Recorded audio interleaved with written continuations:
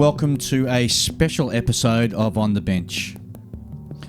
Over the last few months, I've been surprised by the number of emails from listeners talking about the issues they're having with their partners, wives, and girlfriends, not understanding and accepting their hobby. Initially, I was really reluctant to address this, as this podcast is fundamentally about the hobby itself. And I've always been careful not to bring politics, religion, or any other subject for that matter that was not directly related to modelling. But as I continue to receive emails from you, our listeners, I realised that there was a need to address this. I didn't want to detract from our usual format, and so I've decided to do this one-off special. Now, just a few caveats. Neither myself nor my guests purport to be experts in relationship counselling. But we do have life experiences and hope that these shared stories and insights might help you. If this is not your cup of tea, or you have a partner that's supportive, that's fine. And please, for our regular listeners, be assured that this is just a one-off special. Fine Scale Modeller is proud to be the official supporter of On the Bench. Fine Scale Modeller is one of the world's most recognised modelling magazines and can be found in all good newsagents or wherever you purchase your magazines. Alternatively, you can go directly to their website, www.finescale.com, and subscribe to get the magazine home delivered, as well as access to their digital edition. So hello and welcome to this special episode, and g'day Ian. G'day Dave, g'day listeners. And welcome back Martin. Thank you for having me back. That's all right. To it. And we have our special guest, Michelle, who happens to be my wife as well. Hi, Michelle. Hello, darling. And a top And guys. and a top cook as well. Oh, you're just saying that because it's true. Yeah. You might just have to get that microphone a bit closer to your mouth there. Is that all right now? That's much better. Okay. We've got to have everybody be able to hear. Oh, okay. I'm a beginner. Oh, that's all right. You'll be an old hand at this at the end of this episode. So, as I said in my intro, this is sort of a one-off special, which has been really driven by the amount of emails I've got from people who've had issues or are having issues with in their relationships around the hobby. And again, I just want to underline, we're not moving away from our normal format. This is a one-off thing, and we'll be back with our normal sort of programming. But I thought it's important that we sort of address it, because I'm pretty sure we all know somebody out there who, you know, used to go to the modelling clubs and doesn't go anymore because his missus won't let him out, and I'm trying not to be sexist here, I should say their partner won't let them out, be it him or her. I mean, I will remember sort of in a previous relationship sort of having the sneak models sort of in, and even now I do that as a joke with you, don't I, Michelle? So You do. But I've got eyes in the back of my head. So I'll sort of walk in the door, and I'll have the model sort of tucked behind, and I'll sort of slide along the walls pretending that she can't see what's behind my back. And I think it's great. I love the way you do that. Well, it's your passion, and I'm happy to support you in that. yeah, But aren't they the ones, Dave, that your mate wanted to borrow off you for a little while to have a look at? That's right, Martin. Yes, that's exactly right. Just saying. Yes. You know. Or the ones you won at raffles. And while I also said at the beginning of the show that we don't purport to be experts in counselling or relationship counselling in particular, I think it's important to point out that, Martin, you have some training in this area? Yeah, look, as part of, I suppose, what started out as general interest and then professional exploits at work, I've very interested in change at corporate levels. And as a result, as a mature age student, I went through and studied management, but with a focus on psychology, and did my major in that. And what I found interesting around it is that, like, the psychology is really more a life skill than anything. And when you're dealing with people, whether you're talking professionally, personally, with our interests, whatever, it is important to understand why we think what we do and why we act the way that we do, or in some cases don't. as part of all of that, I've also trained and been registered as a mental health first aid officer and dealing with people under stress. And again, but to your point, I'm not a psychologist. I don't purport to be, but certainly it's about being able to listen, understand where people are coming from to a degree, and being able to direct them to the right sources of help as appropriate. I think I could use some of your assistance when some of my modelling things go wrong. I need some mental health first aid when I get all stressed. That's not working. Isn't it ironic? We have our hobby to help us de-stress and enjoy life, and it can create more than it resolves. Oh, absolutely. Michelle, which angle are you coming at it from? Well, I'm the wife of a modeller. Yes. Yes, so, well, I think when it comes to this kind of issue, the thing you got to say is communication. Everyone has something they love to do, their passion. When it clashes with their partner, and now people will say your relationship's got to come first. It's the number one because we get married or we're living with someone or in a relationship, and that has to come. It's paramount. It's finding that balance. It's discussing with your partner. I mean, being open and honest, and if you find something or you just share what you love to do, and you encourage your partner to follow what they love to do, the hobby or whatever it is, and they will encourage you as well. I guess it's just about open communication. It's about, making sure that those priorities are right for both people. But coming from our personal story, I love watching you with your modelling, and I know that it's like you go to that special place, and I know that we... That special place. Well, it's your little zone. It is. Where Dave has some alone time. The door's shut, so I don't know what goes in there. I don't judge. We don't judge, do we? No one judges. No. But when we were building this house, we were living in a rental, and Dave had, I have to say, not when you're playing with your models. I got told off so many times. You did. She used to say, "Oh, look, Dave's playing with his toys again." I'm sorry. When you're, building your Thank models, thank you. And you had a lot of the stuff in the garage in boxes, and when you do your modelling, you'd be on the on the kitchen table doing it, and you were frustrated, and you just didn't have that place where you want it to be, and you had to just sort of bring stuff out in boxes, bits at a time, and I could see your frustration. And when we were planning this house, we wanted that space for you. Yes. And you've got that place. You go in there. You've got your podcast going on. Everything's surrounding you. I don't want to. When I come in with a cup of coffee, I don't know where to put everything, and so much because my stuff. bench is so filthy. He knows now. As soon as I walk in, he's pointing over here, honey. Coffee here, please. Like, yep, no worries. But I love when you do that, and you'll say to me, "Oh, I'm gonna do some modelling this week," and I'm like, "Great, I'll catch up on all my Netflix and on my true crime and the books and whatever else I want to do." But it's not the same for everyone. No. But, again, it's different for each person, each couple. The dynamic's different. The way you communicate's different. I've got 5 kids. I mean, when I was younger, my first husband would go shooting, or he had his guitar, and that was all consuming. And I think it's different when you have small kids. It's like you're feeling that you're neglected, or you feel like you're left to do everything. But, and I was, but... not that ended the marriage totally. It didn't help. No. But I think as you get older, you get your own groove. You find something you like to do. But again, it comes down to that.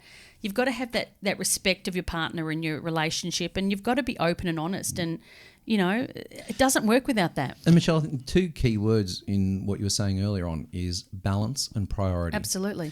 And the way I've always viewed my hobby, and I've been very lucky. My partner, Joy, we've in September this year, we celebrate our 30th wedding anniversary.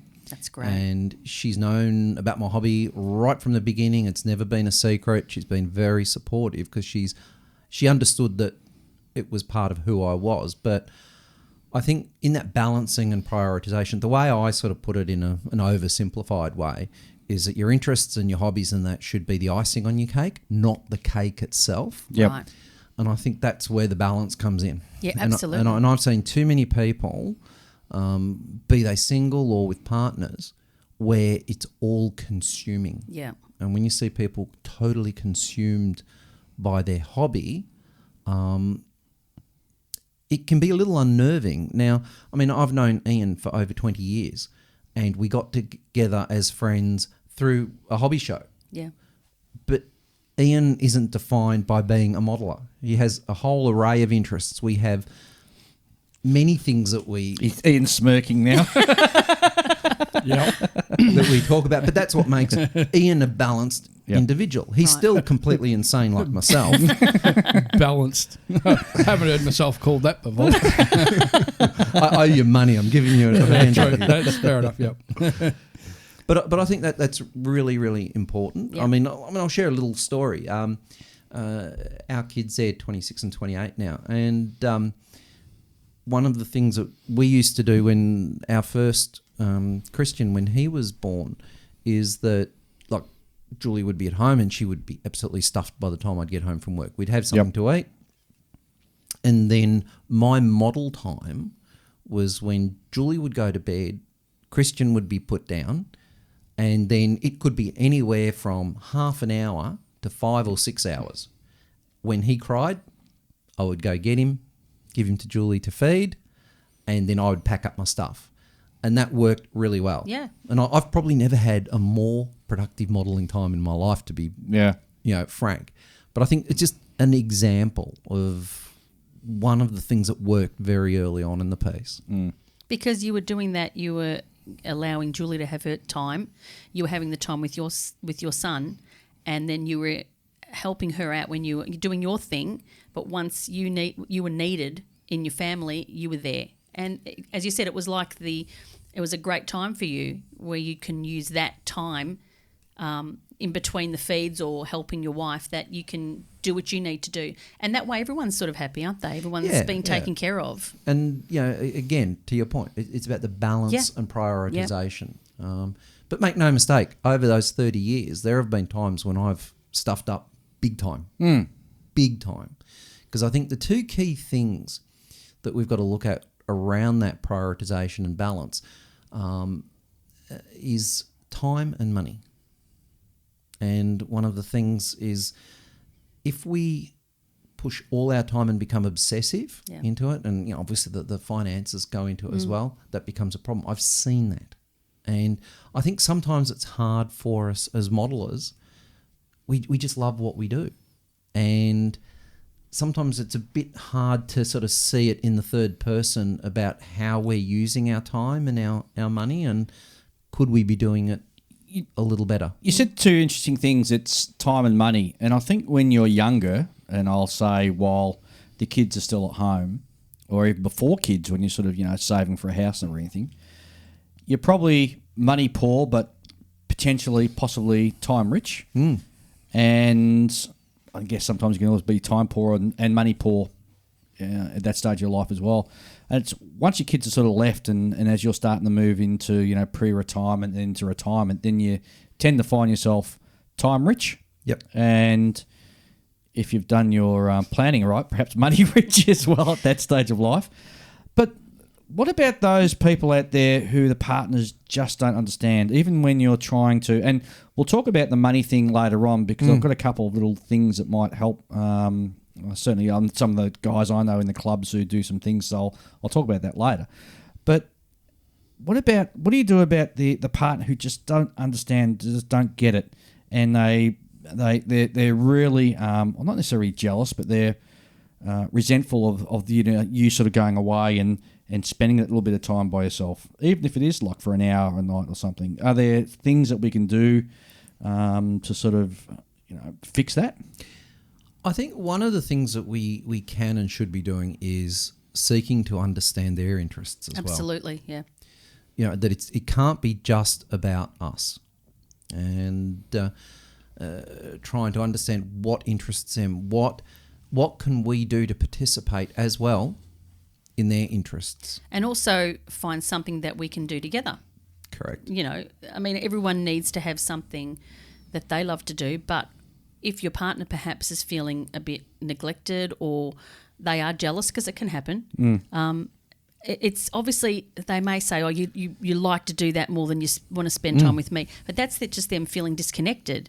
Yep. So if maybe to encourage what they like to do, find something, help them find something that they enjoy doing, or find something together. But and make sure you carve out those times before you then go and sit down and do. Well, yeah. I mean, Give them a hobby. well, that's it. Yeah, Basically, give them a hobby. Yep. Or Get them try to- and understand what hobbies they have an interest in. Yeah. Yeah. Well, not just so much hobbies. Give them their time. So when you're sort of in the relationship, you sort of have that sort of discussion, saying, "Well, look, we both acknowledge we need our time. I'm quite happy for you to go off with your girlfriends and one night a week to the a restaurant and have a few drinks and hang around with your mates that way. That's fine, because that then can be my time to sort of sit down and do my hobby." But that doesn't happen. That does happen with us, because if you say to me, "I'm going to do some modelling," I'm going to go nuts with my modelling this weekend. I said, "I'm going to go and have lunch with my friend." Yeah. Like I had lunch with my friend Maggie the other week, and you said, I said I won't be long, and you said I'll see you in the evening. I said no, he knows me too well. Once we get chatting, we talk about everything from A to Z, and I know that while I'm out, he's at home doing he's loving it. So it works well for us. It does work well for us. What I'm thinking of these people who, like, let's say it's a wife who is so jealous of her husband doing the modelling, and so, and he's spending so much time doing that. Does that speak something about something's going on in their relationship? What's going on there? Why is he doing so much of the modelling rather than, is it a indication that something isn't right within them? And I think that's a really important point. And then sort of bringing it back to the very, very relevant caveats that Dave has made at the beginning of the podcast. There are times when we're in relationships where the other person doesn't want to understand. And that there could be some more serious underlying issues. Absolutely. That are way beyond the scope of what we're talking Absolutely, about. yep. And need to be addressed. And they're the times that, the heaviest I'll get on this podcast is where you just say, right, the hobby for the moment, just aside. Yep. This is more important because it's probably affecting a lot more than the hobby Yep. part of your life as well.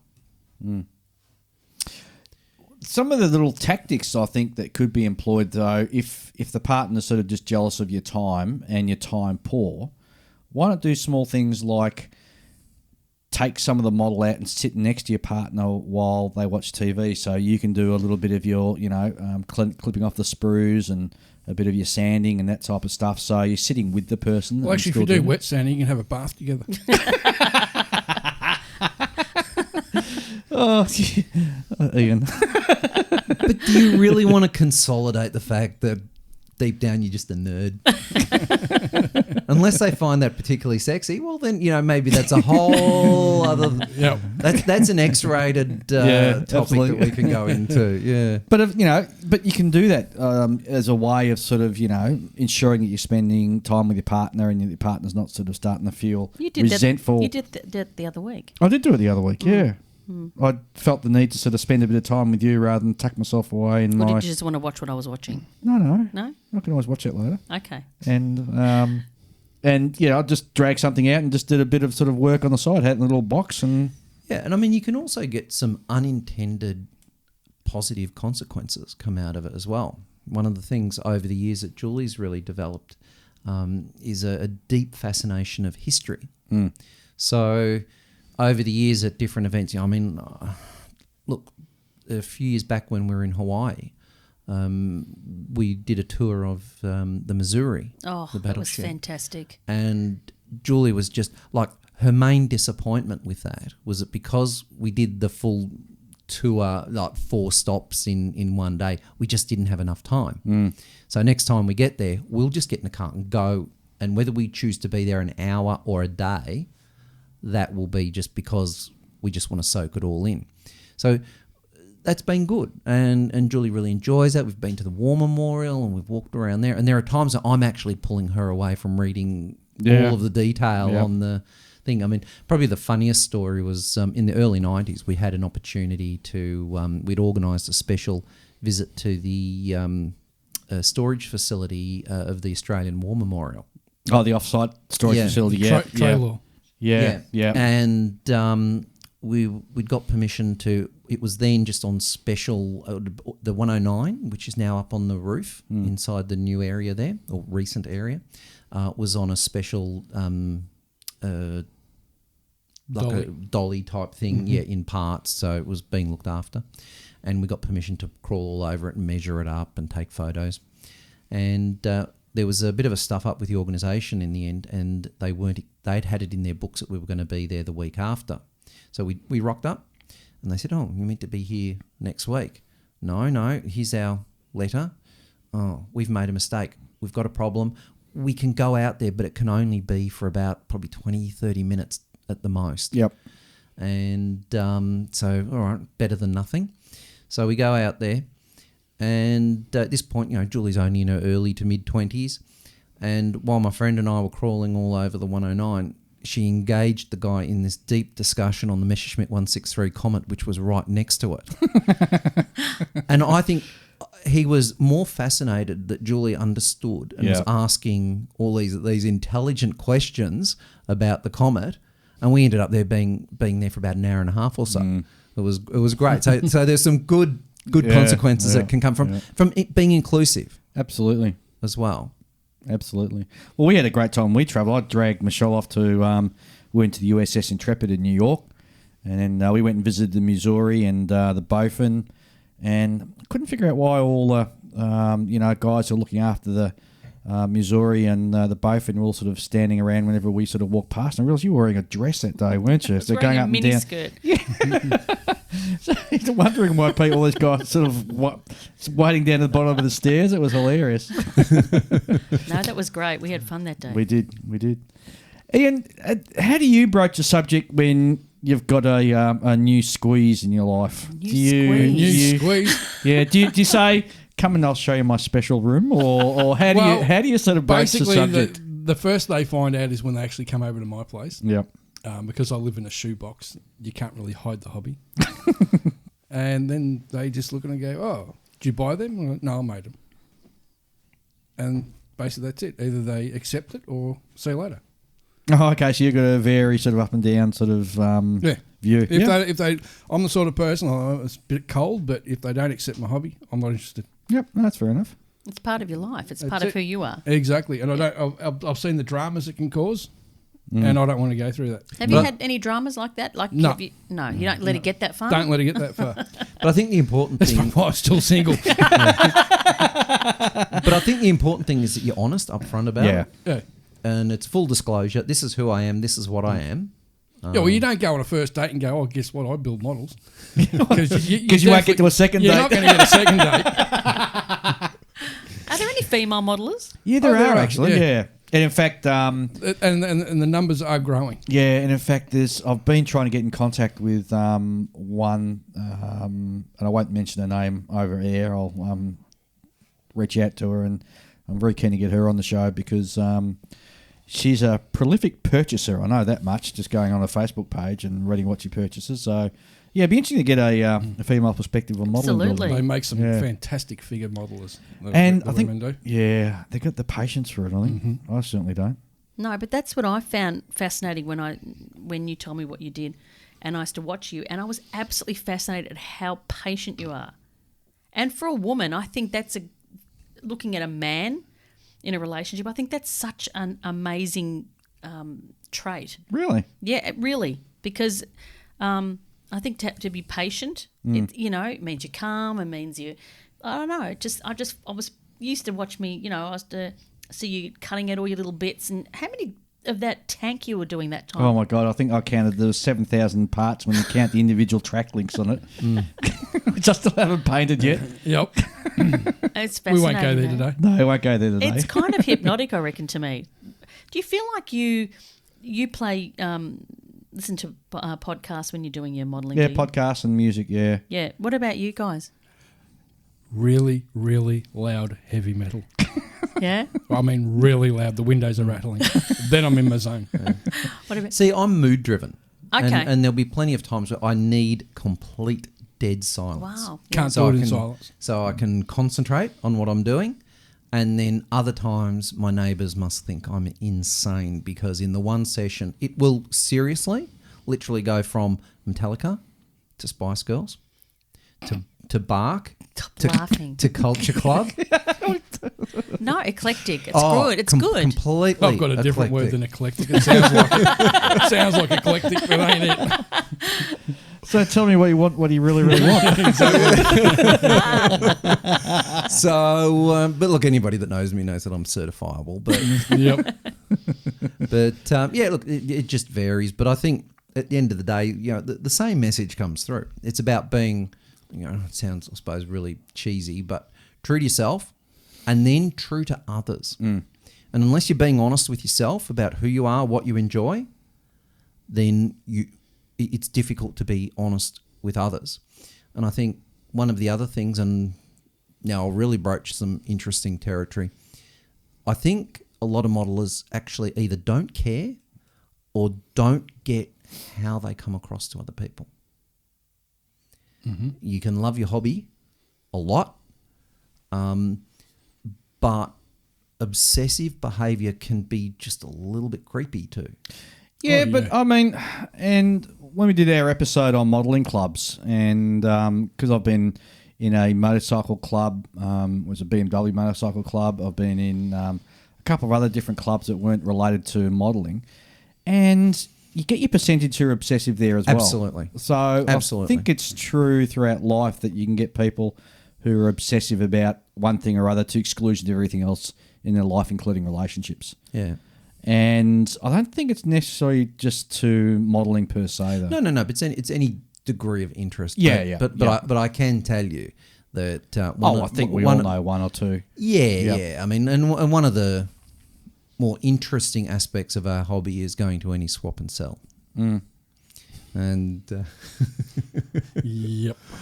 so there you see and smell some interesting things. Yes. You get to see the worst in people. For Michelle's benefit, there's sometimes you get some unwashed people, and when you're in a tight packed room, and and that's why we call it jokingly sort of swap and smell, or yeah. So over the last few years, I've become quite well known at the IPMS one each year, because sitting next to my kids, seriously, is a can of Glen 20.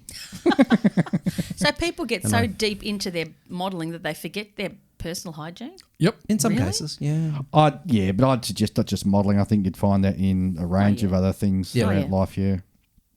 True. And do you think Very that true. means it's pushing it to the obsession? Like Oh, that definitely. it- Absolutely. to everything else, nothing else Yep. matters? Yep, definitely. Can I ask what happens when you finish something you're building? I don't know. I haven't done that yet. You keep starting. You got a hold of. No. But what happens? I mean, from a wife's point of view or from an outsider's point of view, you start a project, and how long? What's the longest you've spent on something? Well, the one currently is 8 months and still going. Do you feel like? I want it to end. That's what I was going to say. You're feeling a little bit frustrated. I Or? want it to end. I'm getting to the point where I'm actually getting a bit sick of it. Yeah. It's look, I'm not going to rush it. I'm not going to do a shoddy finish on it. I'm just going to keep plodding along on it. But I'm not doing another one where I'm going to do such a huge project on a Right. deadline. Because what I'm asking is what is it that you're getting from all this? Pleasure, Okay. relaxation, Not pleasure. for you at the moment, though. No, Frustration. creativity. Okay. I'm able to create something. There's also that sense of achievement. Right. And I think, if you've got a really difficult challenge ahead of you, something goes wrong or it's just damn hard work, there is that sense of achievement at the end of it. And there is also that wonderful feeling, and this is where social media, which is a whole other topic, Yeah. but there is that nice feeling when you put the information out there to Absolutely. people, whether it's just amongst friends on your phone or you pop it up on Facebook, something you've That achieved, feedback. and somebody says to you, wow, Yeah. that is really nice. So it's that satisfaction. It's that kind of. It's that positive feedback. We're that- getting positive feedback from your peers, Yeah. self-satisfaction of doing a job well done. While you're building it, you can zone out, you can feed into your interests. So you have interests in, like World War II aircraft, for example, Yep. so you're feeding that interest at the same time. It's a whole host of things, I think. Right. Yep. And, and I think it's different for each individual as well. Yeah. And I think we were talking about it last week as well, is that in some cases, I'm starting to get a little bit like that because I've, after many years, finally got my own studio and getting nice tools and somewhere nice to do all my work. But the process itself, sometimes it's actually not the end result. It's the process that you enjoy. The journey. The journey, if you want to go down that track, or more pragmatic example is like a chef. It's Right. not so much that you're sitting there able to enjoy the end product, but it's that wonderful feeling that you've created something that someone else is enjoying. Right. Yep. Yeah. Is there a sense of sadness when you finished each? No. Sadness is when I look at my shelf of doom and I realise how many more kits I've got to finish. Like Dave tries to hide them in the cupboard. I know where they are. I've seen them. Well, you can't hide them. She's seen my stash. I remember one time I was at work and the doorbell rang onto my phone and I'm like, oh, and I look and there's a postie there and he's got a package. And Dave answers the door and I hear them talking a bit, and then I messaged him. I said, "Oh, the postie came." He said, "No." I said, "I've seen it on the ring." He goes, "Yeah, it was." I said, "What was it?" I didn't order anything. Oh no. I said, "You ordered some kits, didn't you?" I said, "Did you get a kit?" He goes, "No, I got 3." Tell you great. funny story. Back to the early 90s when Julie and I were just we'd only been married a short time and we were just sort of establishing everything. And Hannants at the time. So this is the good old days when, like, it was before the internet as such. Yep. So you had to write a letter. Or you rang up and, Which cost you an arm and a leg alone just ringing international. Well, I'm more OCD, so I needed to have the immediate feedback. So I used to ring and they had a special on TriMaster kits. So, some people will remember how cool they were in the late 80s. And anyway, they had a run-out special on them because TriMaster had finished up. And I'd ordered, I think it was about 6 to 8 kits. Now, even back then, they were running it between $60 to $80. It's a lot of money back then. Absolutely. And so but they had like about 25-30% off. And I'd ordered, as I say, about 6 to 8 of them. Now, in those days, like for surface mail, when you legitimately had airmail and surface mail, you got your package 6 to 8 weeks Yep. later. Slow boat from the UK. Exactly. Yep. So I thought, all right, I'm going to order it and I'll put that on the credit card and I'll build up the courage. It was one time where, and this is my lesson early, to just be straight up, be honest. Yep. I'm going to I'll work my way into it and I'll put some money aside each week and just let Julie know that, I couldn't not do it. I kid you not. 6 days later, the box turned up. Did you get a chance to explain it yet? I'd not even thought of the reasoning in detail yet. And Julie's there with the big box. What's this? Knowing full well with the Hannants label on top. And it was just like, the best thing, fess up. Yep. So straight up. And luckily, I have a problem. It's for my friend. Holding it for a friend. luckily, Julie had a high degree of understanding, and I got sort of let off the hook.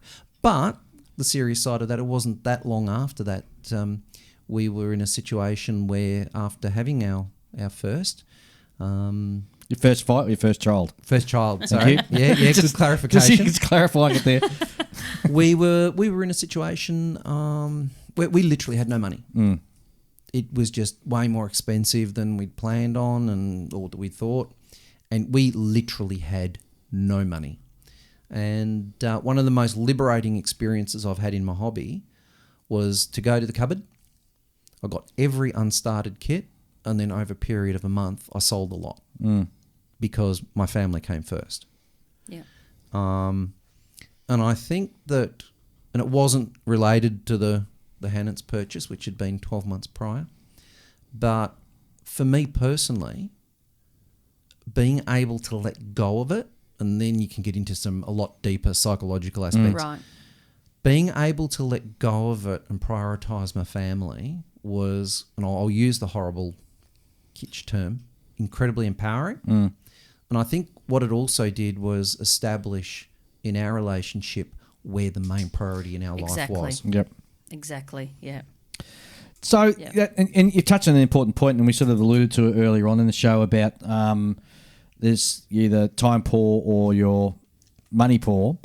I think sometimes it's the money that can be the stressor because you know what, our hobby can be reasonably expensive. Oh, hell yeah. And even if you're not a big builder, if you're if you got a fixed budget or a fixed income, that can be a stressor on your relationship as well. Absolutely. So I find it interesting that it's, we know somebody who, not that I think it was causing issues within their relationship, but to fund his hobby, he went off and started up his own little business on the side, and that helps now fund his hobby of modelling. And I think there was somebody else I know who actually did something similar as well. Yeah, I know a few people in that boat. And so what they've done is they've come to a decision. Well, rather than sort of taking money from a limited pool that we got within the family, what I'll do is I'll do something on the side, and I'll fund it that way. Yep. And it's become quite enjoyable for them, not only that running that sort of secondary business, but also it liberates them to then purchase things guilt free. Yep. And the tragic irony is they have less time to build. Yes, exactly right. But there's also other things you can do. You can come to an accommodation with your partner or have a discussion and say, look, Would you tax rather time. would you rather me building models? Or would you rather me at the pub hitting on the barmaid? well, there is that side Is of it it too. those two choices only? That's the two choices you got, honey. But what you can do is you can have a discussion and say, okay, well, I understand we're strapped for cash at the moment. We're going through that stage of our life. We're saving up for a house, whatever. Why not come to some type of agreement? Say, once a year when you're getting your tax return. Listen, I'd like to carve part of this away and put part of this away and put it towards my hobby. I mean, and have that conversation and say the same to your partner. How about we've been so stressed financially, we've got this little bit of windfall coming in at tax time. You take X amount of dollars and go and do what you do because you've been under as much stress as I have financially, and I'm going to do what I do. You can have those little discussions or conversations and come to those joint agreements where you're both getting something out of it. Yeah, and what you're describing there is both sharing the load through the course of the year and sharing the benefits. Yeah, that's a good way of putting it. Unless I'm going to say wife. Unless the wife feels Wife, partner, girlfriend. How's that? that wife/partner. Yeah. Unless she's looking at the modelling as the mistress, Yep. Oh, I never thought of that. as that. Would you, as a woman, look at that like that? Or you not just modelling it, but a hobby as being a mistress? Well, look, it's different with us because when you're in your room, you'll be there for hours. I'll pop in, bring you a cup of coffee, say hello. Yep. You'll come out, have a smoke, want to go to the loo or something. But then you'll come and sit with me. What are you up to? Or what happened last weekend? You're in the room all day, and then you came out and said, I'm going to go and grab some dinner. So off you go. You went and grabbed dinner, came back. So what have you been watching? Chat. But you were actually including what did me. you have for dinner that night? I mean, I enjoyed mine. Didn't we have fish and chips? I was alluding to the fact that I went out myself and got it. Yeah, I mean, No, you offered. No, you offered. You said, no. You did. Yeah, I did. You said, And what did I do in the morning, though? took me to have a breakfast. I did, didn't I? Yeah. Yeah, that's still to me like I know it's weird. It's otherworldly. so Michelle, the only time that you've really got to worry is when, for a special occasion, Dave gives you a bottle of Tamiya Thin, and you look at it and you go, why? What's that? It's glue. Okay. Right. I thought it was like a nice, champagne or something. I was saying, No. It's glue. And if Dave says, well, would you mind just sort of rubbing a little bit of this behind your ears? It'll make you smell so nice. You may have a problem if he suggests that. Okay. I'm just giving you the tip. all right, I'll be aware of that. I don't mind the smell of glue. But I don't think it belongs in the bedroom. You've got to. But again, it's like you checked in on me that day. Yep. Then you took me for brekkie and you said, I'm going to go and do some modelling. It's like, oh, great. I'll do this, that and the other. It was awesome because you took the time to spend with me. Look, you didn't even really need to, but the fact that you're willing to do that really, that's something that I'll always remember. But that when there are people out there who, their partners, their husbands, they don't care. But I think when some of these people who, no matter what, they won't hear it, they don't see anything besides, like they're in that obsessive Got mode. the blinkers on, yep. I still think there's something else that's probably going on in the relationship. Maybe it's like trying to, get away from their partner. I don't know. It could be. It can go in many different layers, can't it, really? Oh, absolutely. And I think we've mentioned a couple of times Yeah. that there are points that this podcast is not equipped to address. Yep. All you can say is seek professional help. Absolutely. Absolutely. Yeah, and I yep. think the other side of it is, as I've called out on a couple of occasions here, is just to be upfront. And sometimes it can be, and you've got to be careful how you ask the questions, but sometimes it's as simple and direct as saying, how do you feel about the hobby? Do you feel as though you're competing with it? Even after a few years doing it, just to come up and ask that question. Yeah. That's an interesting question to ask your partner. How do you feel about the hobby? Yeah, and I think, the other side of it, the way I've explained it to some people as well, is that for us as individuals to be, I think, as well balanced as we possibly can be, including Ian, Who, me? we have to recognise the silly analogy that I put to it. It's about maintaining your car. If all we do is just put petrol in the car, no matter how much we love the car, it's eventually going to seize up and have problems. If it's not serviced, it doesn't have oil, tyres, there's something will happen. Yep. And I think us as individuals, we've got to be honest about what we enjoy. And in order, the closest I'll go to relationship counselling is that in order to be someone that someone else wants to be around, you need to be in a good place. Yep. And then we get back to the chestnuts of balance and priority so that we're not obsessive about it. But if we feel as though we've got enough time and we're supported in it, then we've got to be prepared to give that back to them. Yep. And Absolutely. And look, I've seen people in the hobby who do have partners that really don't do anything as such. So it's not like they have a hobby or anything like that. Do you find that they resent they resent their partner's hobby because they haven't got anything?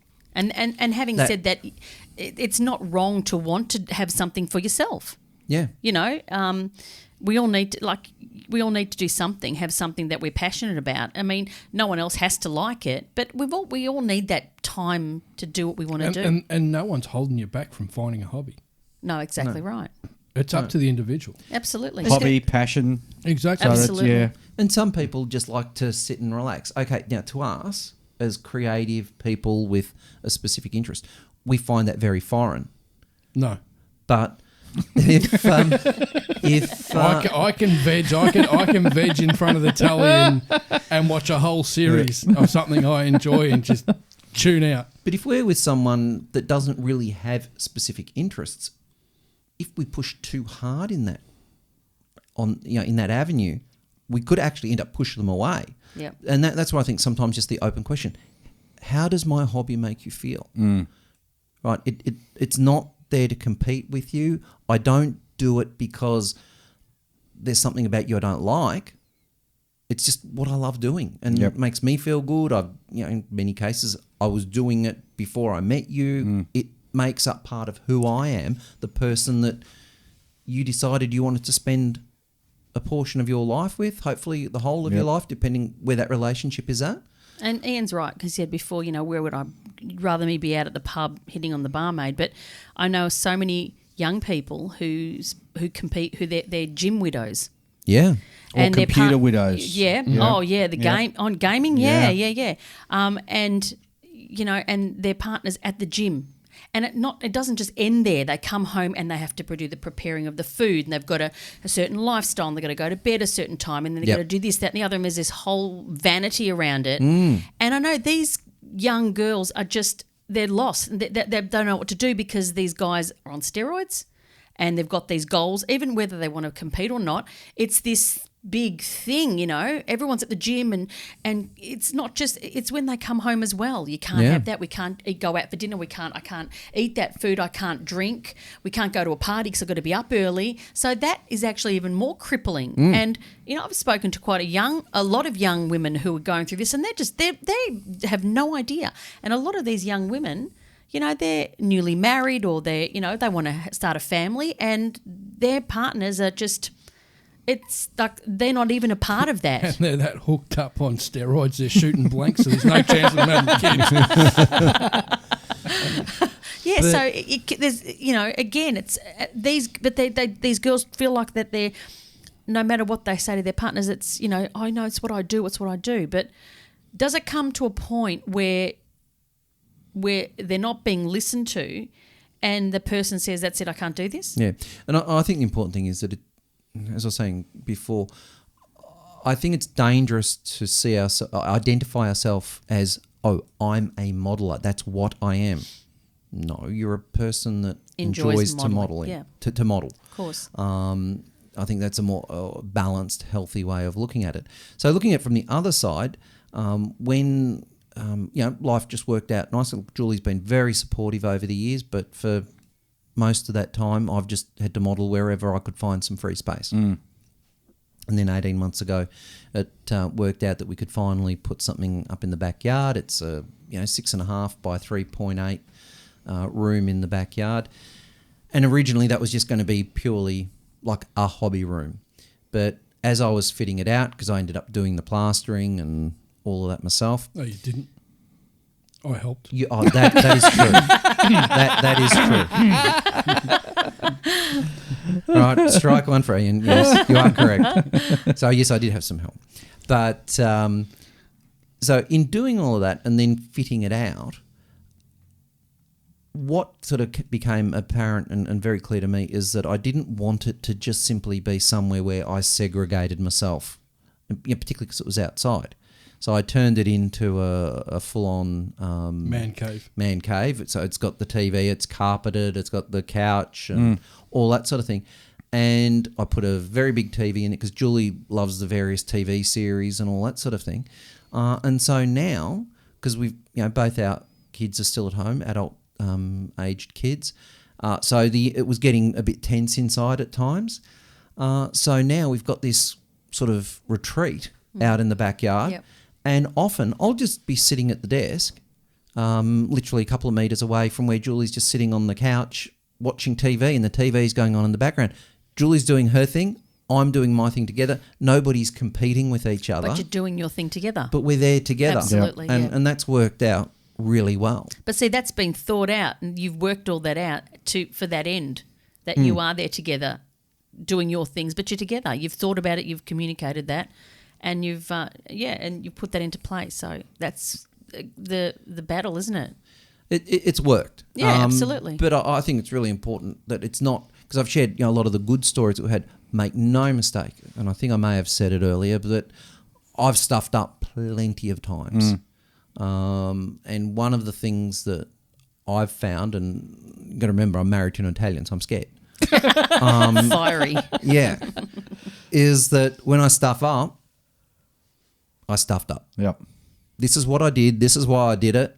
I might have been just thoughtless, selfish. I might have even been annoyed, and I've just gone and bought something or just taken too much time. Become obsessed. I do articles for Model Art Australia magazine, and there are times where I will, life gets in the way, and there are times where if I let Julie know, I think you said before, Dave, you had a heavy duty modelling weekend. Yeah. If I let Julie know, 9 times out of 10, I'm fine, or if a comp's coming up or whatever. Yeah. But then there'll be other times where I sort of go into OCD mode, and I don't say that disrespectfully because I do have OCD tendencies, where I'll just lock down into it, and Julie's like, what's going on? I haven't informed her. Yep. And it's I think the same sort It's of that respect message too, is just keep repeating. So Yeah. when it works well, it's because I'm on top of that. But if I drop the ball, Julie's rightly annoyed with me, and I'm in deep. Well, I remember when Dave told me that the big weekend is the Queen's birthday weekend, those 3 days. Yes. And I remember at first thinking, oh, well, it's a long weekend and we can't go anywhere. And, but he wanted to go. I think I dropped you there once. Melbourne or picked you up. Expo, yes. And he was, and I'm thinking, that means that we can't ever go anywhere on the Queen's birthday, go away. Then I thought, we don't go anywhere anyway. And now we've got our beautiful home and I can do what I want to do here, catch up on all my, my Netflix things and binge and do what I want to do and see my friends. I mean, not that I don't see my friends, but because... But I was upfront about that. I said this 3 days is sacrosanct. Yeah, exactly. Well, not those words, but I sort of I think you said those words. I did say those words. Did. And, I think you even crossed yourself at the same time. For 3 days, you're just not going to see me. Yeah. You came home at night. Well, I do come home at night still, yeah. Yeah. So here's another hot tip, Michelle, Yes. for Queen's birthday weekend. When Dave's away, Yep. a little game called Kit Surprise. Oh. Oh, yeah. So what you do is you go into his stash No, don't tell her this. and then you find a part that looks important.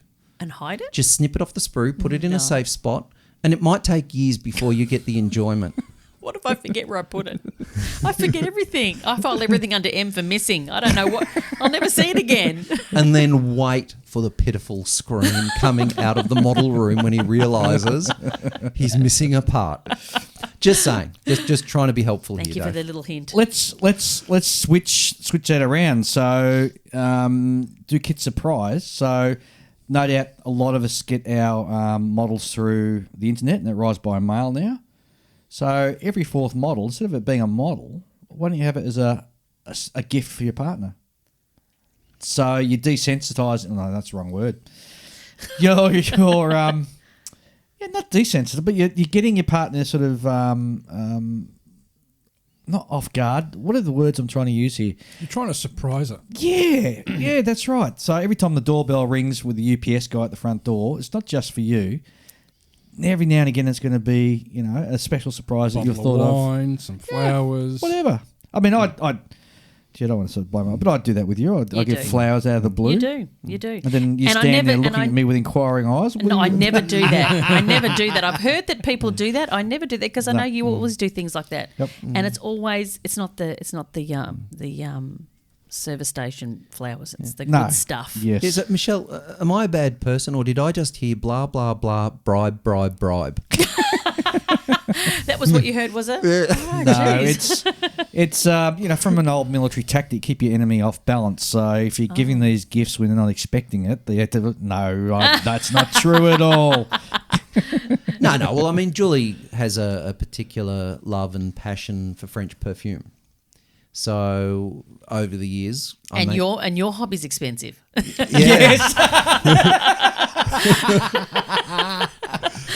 So we're on first name basis with the Chanel boutique in Chadstone. Wow. Oh wow!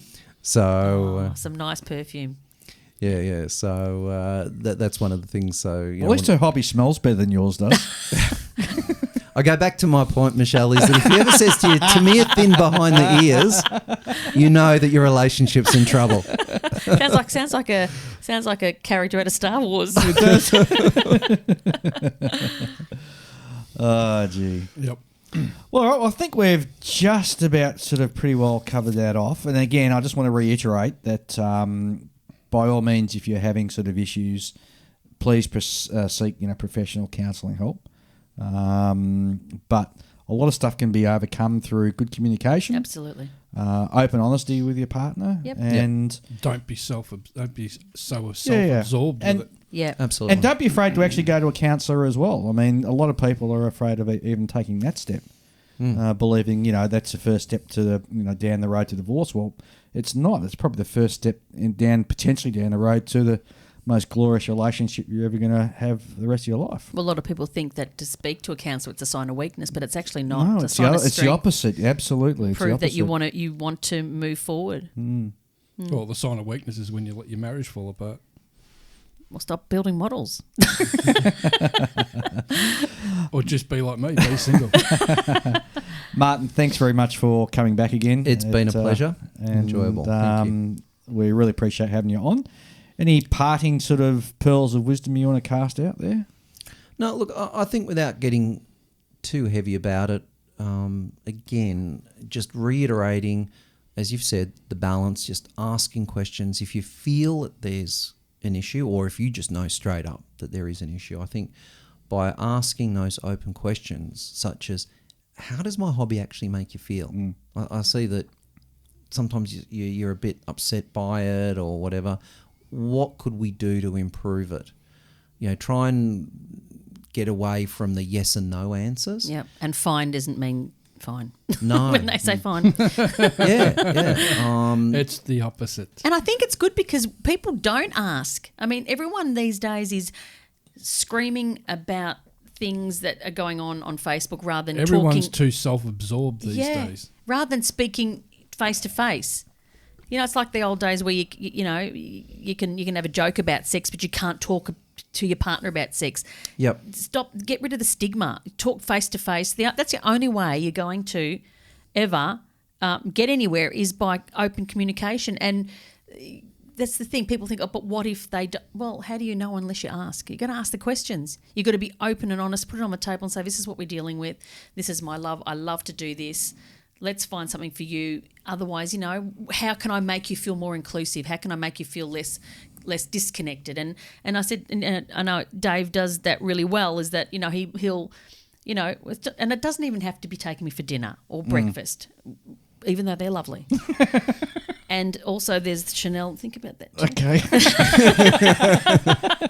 But again, it's about starting the conversation, isn't it? It's about starting the conversation, and you don't know. It may be something completely so simple that the partner is going to say, "Oh, finally, you noticed I'm here. I want to support you." And when you do, and also when you're supported in everything you enjoy, things are so much better because you're sharing Everyone's that thing. happy. Everyone's happy, absolutely. Look, I think, and again, without getting too deep into it, one of the key triggers for a lot of psychological issues is when people feel that they're not heard and respected. Absolutely. And just simply considered.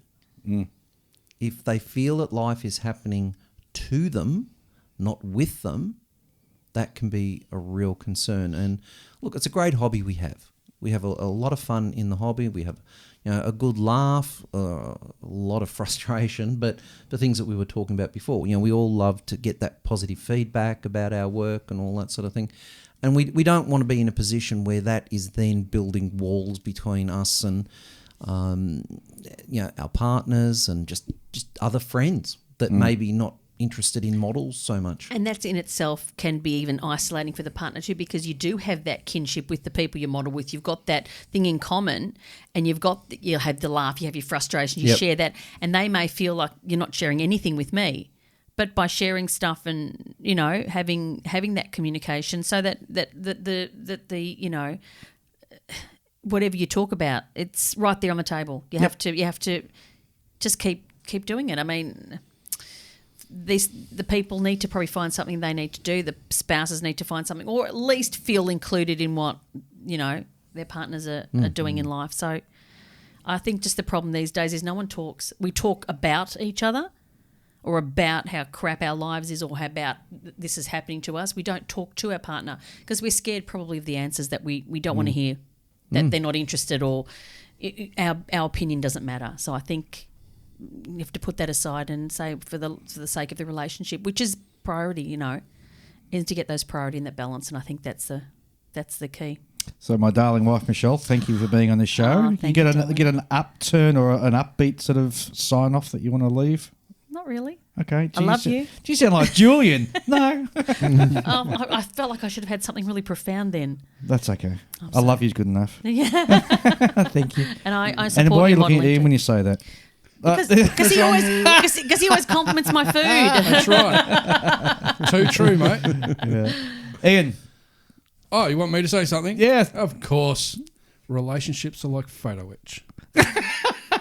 If you bend them too much, they'll break. Oh, that's very profound. profound. I like that. That's fantastic. I do feel like like that. a dud now. Yeah. Jeez. All right, guys. Thanks very much, and we'll see you on the next episode.